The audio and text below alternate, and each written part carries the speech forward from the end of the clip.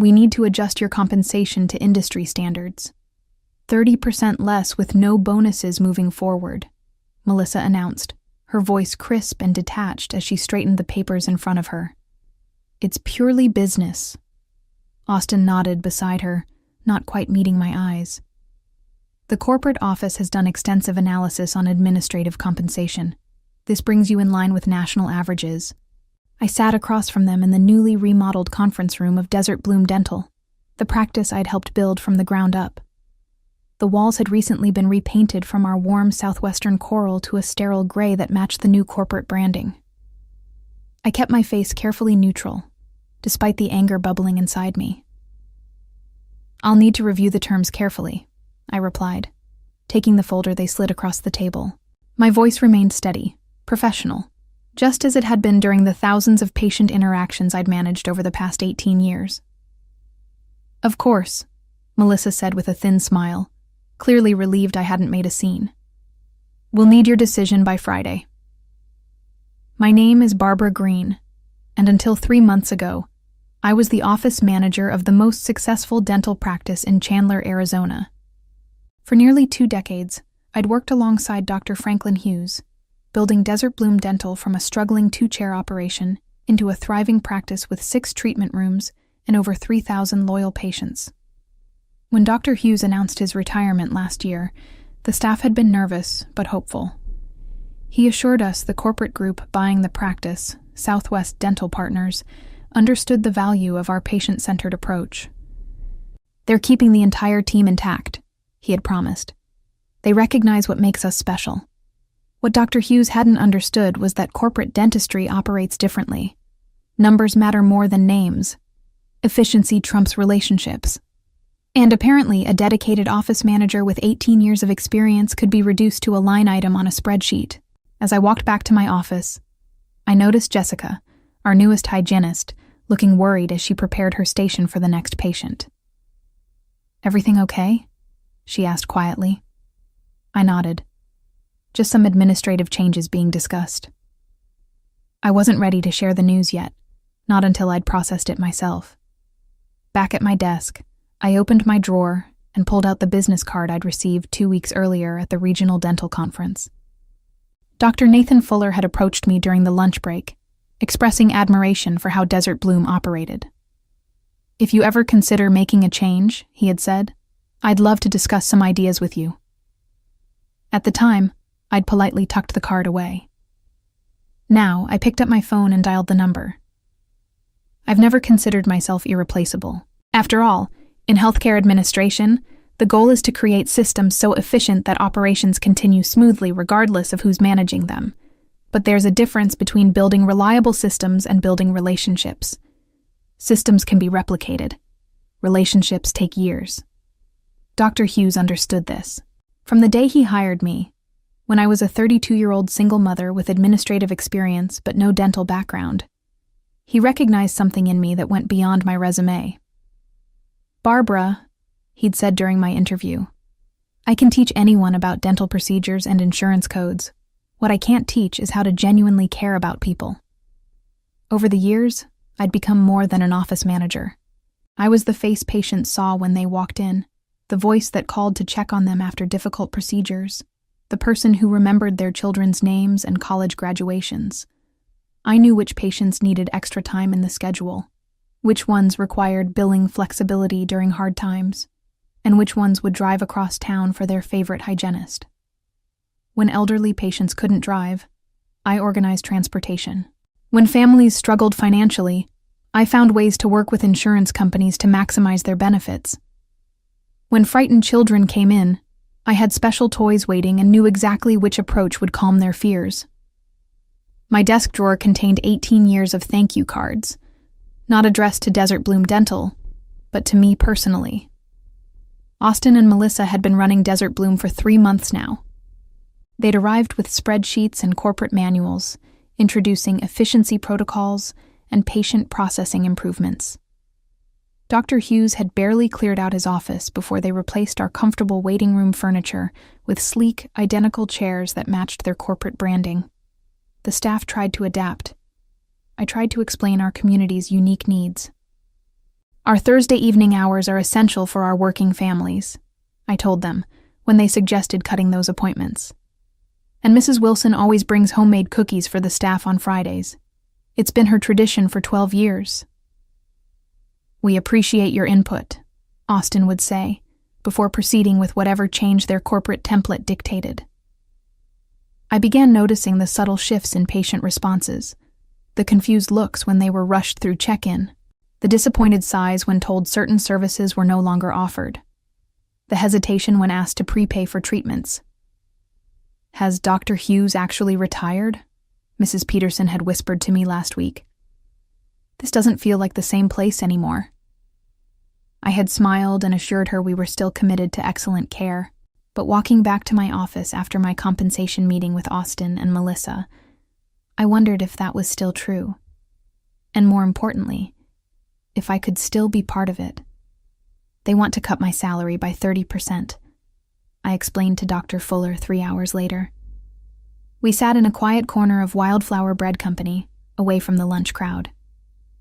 "No more performance bonuses either." Dr. Fuller nodded thoughtfully, stirring his iced tea. "Unfortunately, that's becoming standard practice when corporate groups acquire independent dental offices. They see administrative staff as an expense to minimize, not an asset to value." At 45, Nathan Fuller had the confident demeanor of someone who knew his worth. He'd spent the past decade working for various dental groups, but had grown increasingly frustrated with corporate dentistry's approach. "I've been saving to open my own practice," he continued. "Something smaller, more patient-focused. The kind of place where we know every patient by name, not by production value."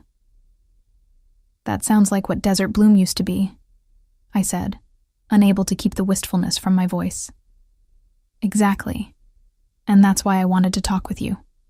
He leaned forward. "Barbara, I've asked around. Everyone in the Chandler dental community knows you're the one who really built Desert Bloom. Dr. Hughes was an excellent dentist, but you created the experience that kept patients coming back." I felt my cheeks warm at the unexpected praise. "We were a team. A team you coordinated," he insisted. "I'd like to propose a partnership of sorts. I have the clinical skills and some capital, but I need someone who understands how to build and maintain a thriving practice." He paused, watching my reaction carefully. "Someone like you." I blinked, surprised by the directness of his offer. "Are you offering me a job?" "I'm offering you equity," he clarified. 20% ownership in the new practice, with salary comparable to what you were making before the cut. I don't just need an office manager. I need a partner." The idea was simultaneously terrifying and exhilarating. After 18 years of security, the thought of starting fresh made my stomach tighten with anxiety. Yet beneath that fear was something else, something that felt remarkably like hope. "I don't know, Dr. Fuller. Starting a new practice from scratch." "Not from scratch," he interrupted gently. "With your experience and community connections. With your understanding of what patients in this area need and want." I stirred my coffee, considering his words. Southwest Dental would see it as direct competition. His smile contained a hint of challenge. They should. On the drive back to Desert Bloom, my mind raced with possibilities and concerns. The practical side of me listed all the reasons to simply accept the pay cut. Job security, familiar surroundings, no disruption to my comfortable routine. I was 50 years old. Was this really the time to take such a risk? Yet as I pulled into the parking lot and saw the new corporate signage that had replaced our familiar Desert Bloom logo, something hardened inside me. This wasn't just about money. It was about 18 years of dedication being reduced to a line item on a corporate balance sheet. My phone buzzed with a text from Dr. Fuller. No pressure, but the vacant office space next to Desert Bloom just became available. Perfect location. Just saying. I couldn't help but laugh at the audacity and the perfect poetic justice of his suggestion. "You're considering what?" My daughter Catherine stared at me across our kitchen table, her fork suspended midway to her mouth. "At 28, She had inherited my practicality and caution, which made her reaction to my news entirely predictable. "Opening a new dental practice with Dr. Fuller," I repeated, trying to sound more confident than I felt. "As a partner, not just an employee." "Mom, you've worked at Desert Bloom for nearly 2 decades. You're talking about competing directly against your former employer. Isn't that, I don't know, risky?" I poured more iced tea into our glasses, buying time to organize my thoughts. Our Sunday dinners had always been a safe space for honest conversation, and I needed that now more than ever. "It's definitely risky," I acknowledged. "But staying at Desert Bloom means accepting that my 18 years of service are worth 30% less than they were 3 months ago."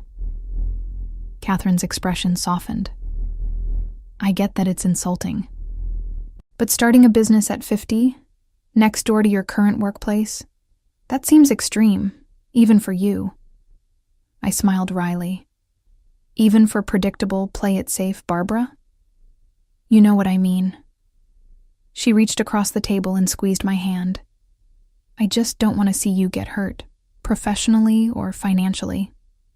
Her concern was valid. I'd spent my adult life making careful, measured decisions.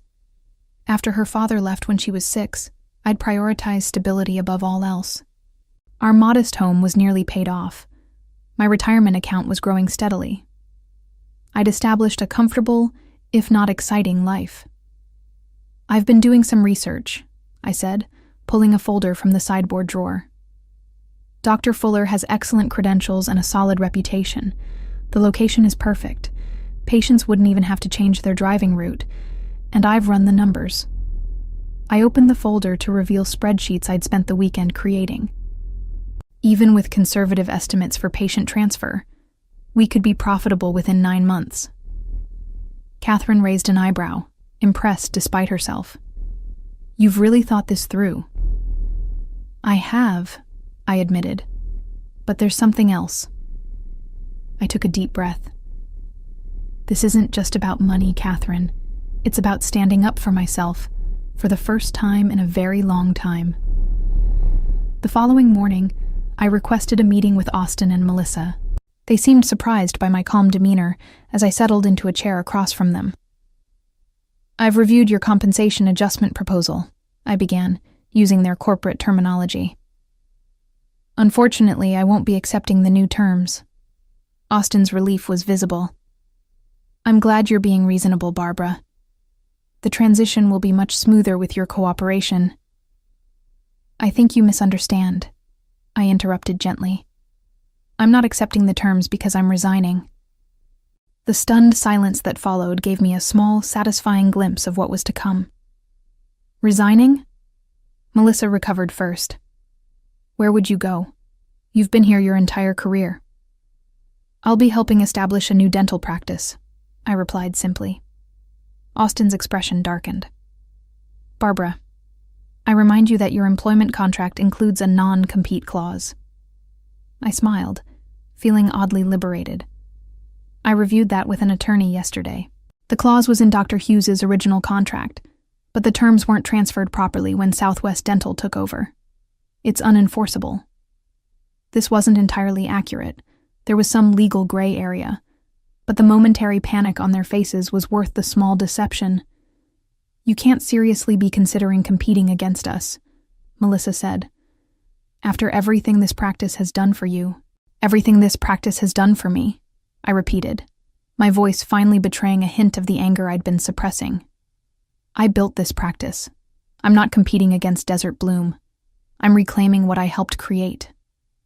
As I stood to leave, Austin's voice took on a threatening edge. "The corporate office won't take this lightly.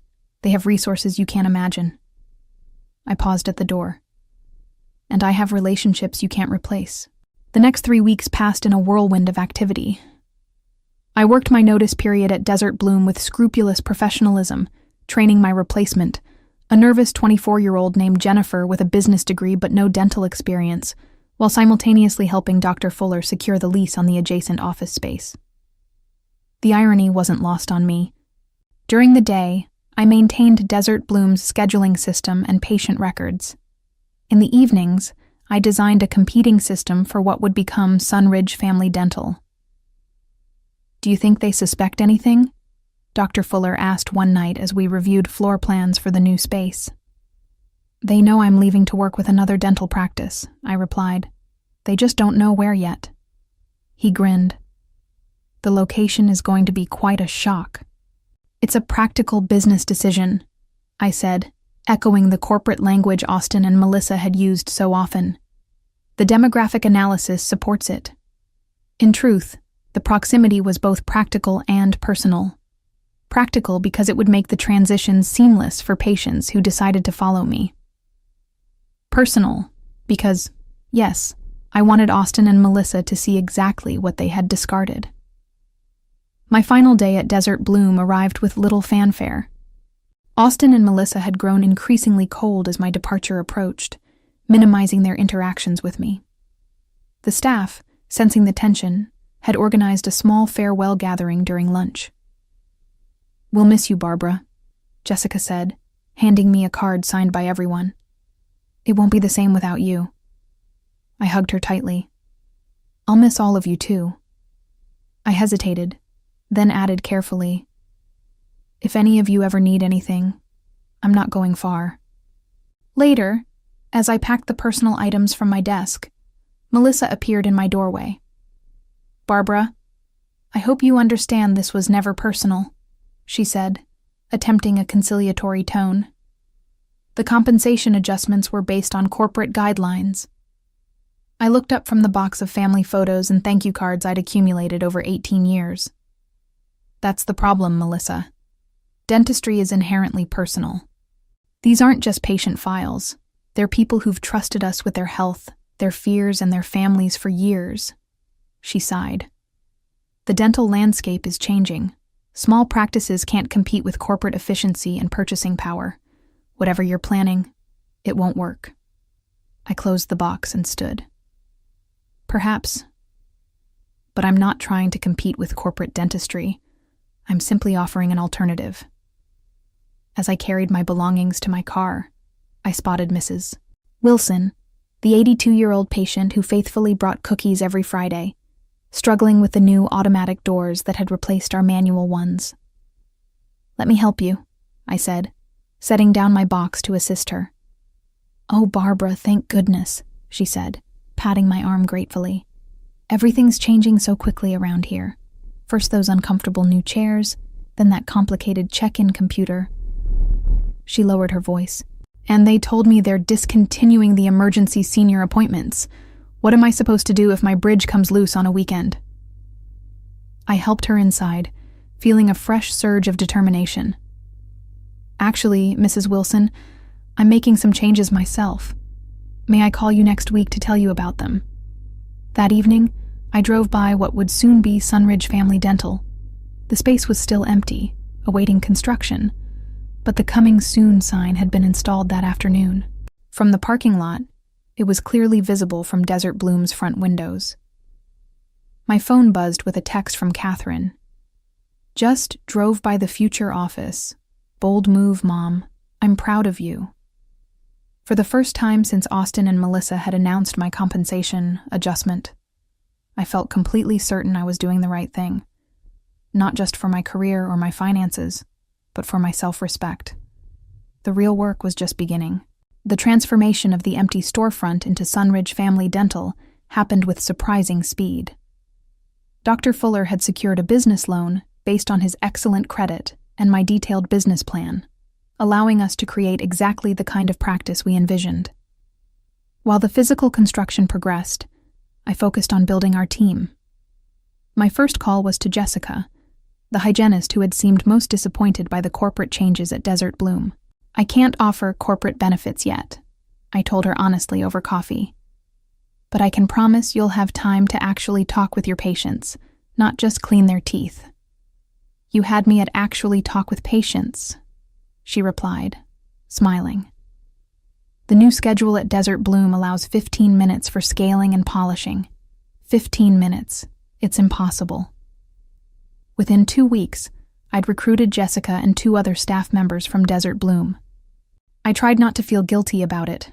I wasn't actively poaching, just presenting options to people who seemed unhappy with the new management. The real challenge was approaching patients. Ethically and legally, I couldn't access Desert Bloom's patient records or directly solicit their clients. But there was nothing preventing patients who knew me from reaching out once they heard about my new venture. And in Chandler, Arizona, news traveled fast. "Barbara, I saw the sign next door." Mrs. Peterson exclaimed when she called my personal cell phone. "Are you really opening a new dental office with Dr. Fuller, right next to Desert Bloom?" "We are," I confirmed. "Our grand opening is next month." "Well, count me in." When that nice young girl at the front desk told me you'd left, I nearly cried. "It's not the same without you." She paused. "Can you transfer my records from Desert Bloom?" "You'll need to request that yourself," I explained carefully. "But we'd be happy to help you with the process when you come in." Similar conversations happened dozens of times over the following weeks. I was careful never to initiate contact with Desert Bloom patients. But I didn't discourage the calls that came my way through personal connections and word of mouth. 2 days before our grand opening, Austin appeared at the construction site, his expression thunderous. "This is how you repaid Desert Bloom's investment in you?" he demanded, gesturing at the newly installed Sunridge Family Dental sign. "By opening a competing practice literally next door?" I set down the box of office supplies I'd been carrying. "I don't owe Desert Bloom anything, Austin. I gave that practice 18 years of dedicated service. And now you're trying to destroy it. We've already had 68 patients request records transfers. 68! His face had turned an alarming shade of red. "The corporate office is furious." A small, petty part of me wanted to smile at this confirmation that our strategy was working. Instead, I kept my expression neutral. "Patients have choices, Austin. That's how the free market works, isn't it? Isn't that what you explained when you cut my compensation by 30%? He stepped closer, lowering his voice. "This isn't over. Southwest Dental has attorneys on retainer who specialize in cases like this." "Cases like what, exactly?" Dr. Fuller appeared behind me, his tall frame imposing despite his relaxed tone. "A dental practice opening in a commercially zoned area. Patients exercising their right to choose their healthcare providers. Nothing illegal about that." Austin's gaze shifted between us. "You've made a powerful enemy," he said finally. As he stalked away, Dr. Fuller turned to me with raised eyebrows. 68 patients already? That's impressive." "It's just the beginning," I replied, watching Austin's retreating figure. "The real test comes next week." I wondered if Austin and Melissa were finally beginning to understand exactly what and who they had undervalued. Opening day at Sunridge Family Dental exceeded even my most optimistic projections. We had scheduled 20 patient appointments, a reasonable number for a first day of operations. But the waiting room was consistently full as people dropped by to see the new office and welcome me to my new role. By lunchtime, we had scheduled 47 additional appointments for the coming weeks. By day's end, that number had risen to 83. "This is unprecedented," Dr. Fuller said as we reviewed the day's numbers. "I've never seen a new practice generate this kind of immediate response." I smiled, thinking of the 18 years of relationships that had created this moment. "It's not about the practice. It's about trust." From my new office, I could see directly into Desert Bloom's waiting room, now conspicuously empty. Throughout the day, I'd spotted Melissa watching our bustling reception area, her expression growing increasingly concerned. At 5 p.m., Jennifer, my replacement at Desert Bloom, appeared at our front desk, looking nervous. "Hi, Barbara," she said hesitantly. "I was wondering, do you need another administrative assistant? They're talking about letting me go. Apparently, the patient schedule is underperforming expectations." I felt a twinge of sympathy for her. 3 weeks into the job? She nodded miserably. "Austin says it's my fault for not maintaining patient retention. But they keep changing the systems and cutting appointment times. Mrs. Wilson yelled at me yesterday when I told her we couldn't accommodate her emergency visit." I thought for a moment. We hadn't budgeted for additional administrative staff yet, but Jennifer deserved better than being scapegoated for Austin and Melissa's failures. "We can start you part-time," I offered, "with the possibility of full-time as we grow." The relief on her face made any financial strain worth it. "Thank you, Barbara. I promise I'll work hard." As Jennifer left, Jessica approached with another stack of records transfer requests. 39 more today, she reported. "At this rate, we'll have half of Desert Bloom's patients by the end of the month." I picked up the stack, each form representing a person who had chosen to follow me, rather than remain with the practice that had decided I was expendable. "It's not about revenge," I said, though the satisfaction I felt suggested otherwise. "It's about building something better." But watching Melissa's frustrated expression through the window, I couldn't deny the sweet sense of justice unfolding. 6 months after Sunridge Family Dental opened its doors, we had exceeded every benchmark in our business plan. What had begun as a risky venture had transformed into a thriving practice with over 2,000 patients, more than 2/3 of them transferred from Desert Bloom. The impact on our neighbor was impossible to ignore. Through the dental community grapevine, we heard that Southwest Dental Partners was considering selling the underperforming location. Austin had already been reassigned to another practice in Phoenix, and Melissa was desperately trying to rebuild patient relationships that had deteriorated under her management. "They're offering significant discounts to prevent more patients from leaving," Dr. Fuller mentioned one morning as we reviewed our weekly schedule. "Apparently, corporate isn't happy with the quarterly numbers." I nodded, unsurprised. Discounts won't solve their fundamental problem. Patients don't want to be processed like products on an assembly line. The difference between our approaches was evident in every aspect of our operations. While Desert Bloom now rushed patients through abbreviated appointments, we maintained comfortable scheduling that allowed for genuine interaction. Where they emphasized efficiency metrics, we focused on patient satisfaction and health outcomes. Mrs. Wilson now brought her famous cookies to Sunridge every Friday, and we had reinstated the emergency senior appointments that had meant so much to our older patients. The waiting room featured comfortable southwestern decor, reminiscent of the original Desert Bloom, before corporate rebranding had stripped away its warmth and character. One Tuesday afternoon, I looked up from my desk to see Melissa standing uncertainly in my office doorway. "Do you have a minute?" she asked, her usual confidence noticeably absent. "Of course," I replied, gesturing to the chair across from me. She sat down, hands fidgeting in her lap. "I wanted to ask, how did you do it? How did you build such patient loyalty?" The question seemed sincere, almost desperate. 18 years of treating people like people, not profit centers," I answered honestly. "There's no corporate template for that." Melissa nodded slowly. "I'm being transferred next week. The regional manager said Desert Bloom's performance decline is unprecedented in the company's history."